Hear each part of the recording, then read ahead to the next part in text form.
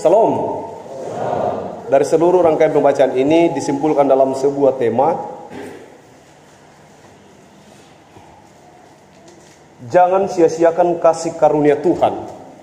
Jangan sia-siakan kasih karunia Tuhan. Jangan sia-siakan kasih karunia Tuhan. Sungguhnya pembacaan ini berbicara banyak tentang bagaimana tanggung jawab seorang pelayan yang disebut Paulus. Maka saya harus memulai dari situ. Sehingga ada 3 penggalan bagian untuk perenungan firman Tuhan di kesempatan ini untuk menjawab kalimat jangan sia-siakan kasih karunia Tuhan. Penggalan pertama, bukan gembala upahan. Itu potongan pertama. Paulus menyatakan kepada orang di Korintus bahwa saya ini bukan gembala upahan. Saya melayani bukan karena gaji, begitu. Tapi karena benar-benar ini adalah tanggung jawab yang Kristus letakkan di pundak saya. Begitu kata Paulus sebenarnya. Sehingga saya mau katakan bukan gembala upahan. Apa itu gembala upahan? Jadi dalam tradisi Yunani itu atau Yahudi itu, kita lihat gambar Tuhan Yesus gendong domba. Ada namanya tradisi mempelecokkan domba. Itu domba yang paling nakal dipatahkan pahanya, dikasih pelintir supaya berbeda itu sen di pangkal pahanya. Itu juga yang terjadi di kisah Yakub. Tujuannya apa? Supaya domba yang paling nakal itu digendong selama 3 bulan, 4 bulan, 5 bulan. Dia diurus sesudah patah pahanya, dia diurus, digendong, dibawa kemana-mana. Itu gambarannya sebenarnya. Proses itu menyakitkan bagi domba itu. Tetapi domba kemudian akan merasa bahwa tuannya sangat mengasihinya dalam waktu 4 sampai 5 bulan itu. Akhirnya nanti kalau domba itu sembuh, dia akan menjadi domba yang paling baik dari antara seluruh domba. Dan dia pasti dijadikan pemimpin di kawanan domba itu. Sakit memang proses itu. Tapi proses itu di mana domba itu kemudian merasakan bahwa tuannya sangat mengasihinya. Itu banyak terjadi dalam kehidupan manusia. Sedikit saja dipelecokkan, merasa bahwa tuannya tidak menyayanginya lagi. Dan kemudian minta pindah gereja, minta pindah keyakinan, minta pindah ini dan itu. Padahal baru proses dipelecokkan. Dan kalau Anda bersabar dalam proses itu, Anda akan menjadi pemimpin terdepan dalam komunitas domba-domba itu. Itu tahap 1. Tapi bagaimana kemudian gembala ini benar-benar menjadi gembala? Proses di sana itu, gembala digaji duluan. Ambil upahmu untuk 1 tahun masa mengembalakan domba. Bayangkan kalau kita diberi upah untuk 1 tahun mengembalakan domba. Upah sudah ada di kita, terserah kita. Mau gembalakan domba ini serius atau tidak, upahnya kita sudah ambil.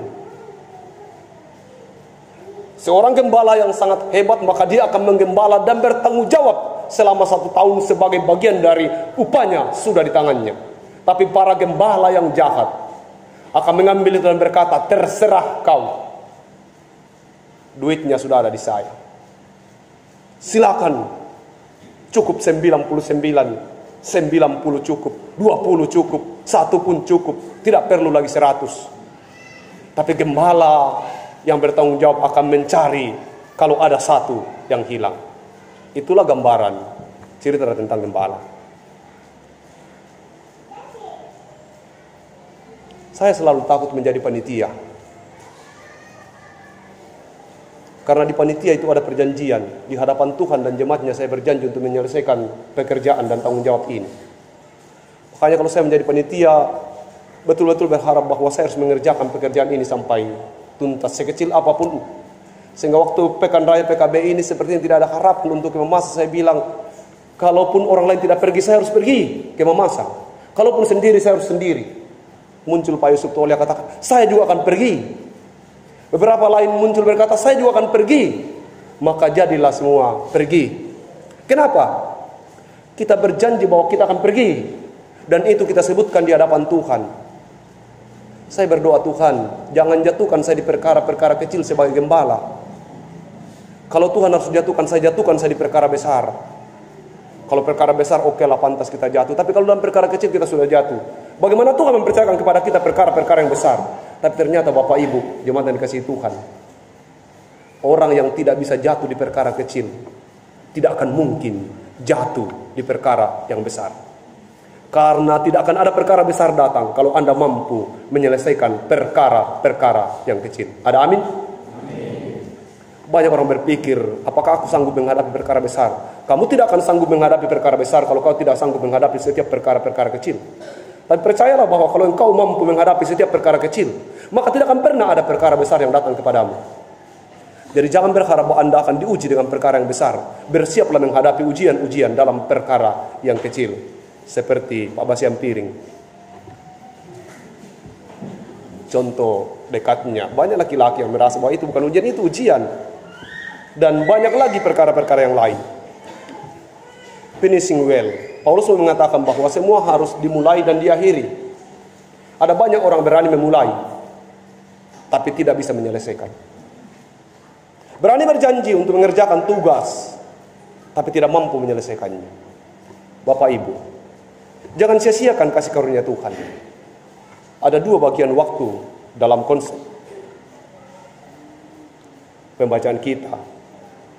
Ada namanya Kronos dan ada Kurios. Kronos itu waktu panjang, Kurios itu waktu pendek. Kronos itu 1 tahun, Kurios itu ada beberapa bagian dalam 1 tahun itu. Contoh ulang tahun istri, contoh ulang tahun perkawinan, contoh pekan raya PKB. Itu tidak bisa terulang dalam setiap tahun, hanya ada 1 kali dalam 5 tahun. Itu Kurios namanya. Mari kita mempergunakan waktu itu dengan sangat baik. Bahwa kalau ada kesempatan yang disebut Kurios, mari gunakan. Karena Kurios itu tidak bisa datang 2 kali, dia sekali saja dalam 1 waktu, dalam 1 momen.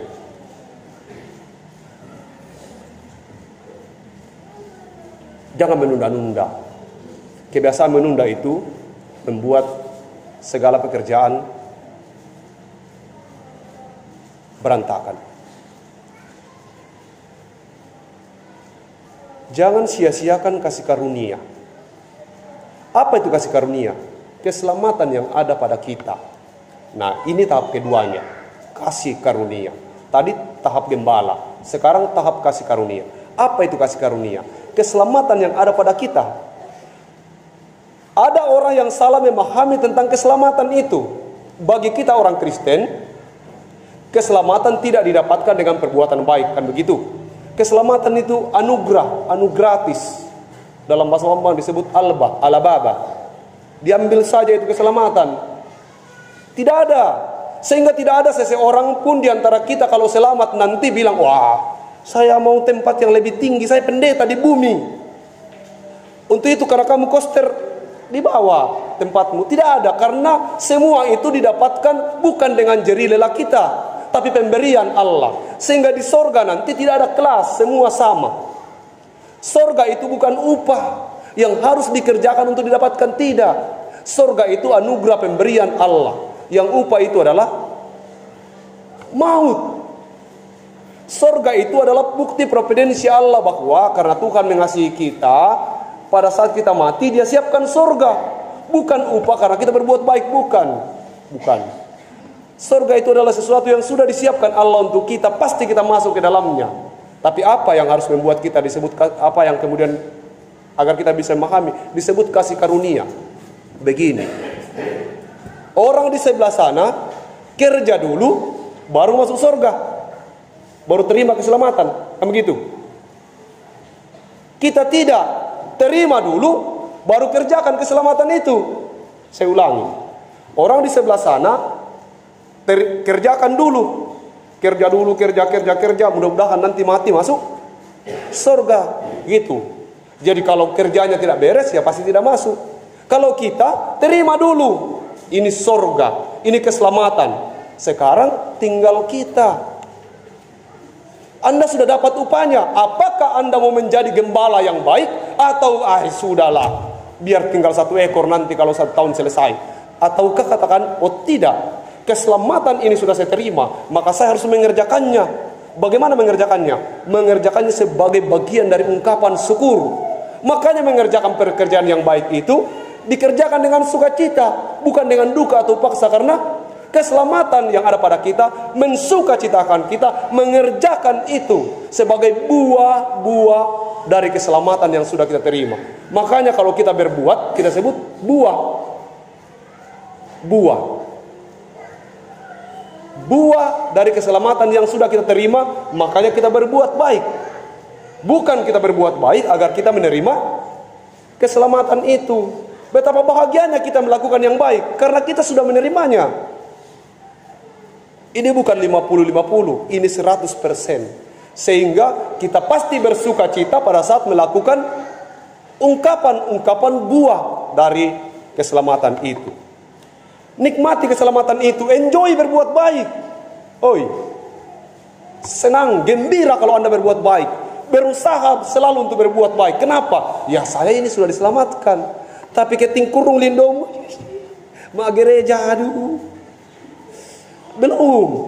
Seharusnya beribadah itu menjadi bukti tempat di mana kita melampaskan sukacita itu. Bahagia sekali rasanya kalau diberi kesempatan untuk bersekutu. Senang sekali, ingin rasanya. Kenapa? Itu tempat mau menceritakan momen bahwa inilah kemerdekaan itu. Inilah orang yang diselamatkan itu. Jadi pasti kita bersuka cita. Tapi kalau Anda merasa ke gereja itu adalah proses dicatat untuk kemudian besok menjadi 10, sekarang baru 9 nilainya, besok menjadi 10, besok 20, besok 30, lalu kemudian satu hari nanti cukup 100 lalu masuk surga. Tidak, itu salah. Kamu akan mengerjakannya dengan susah payah.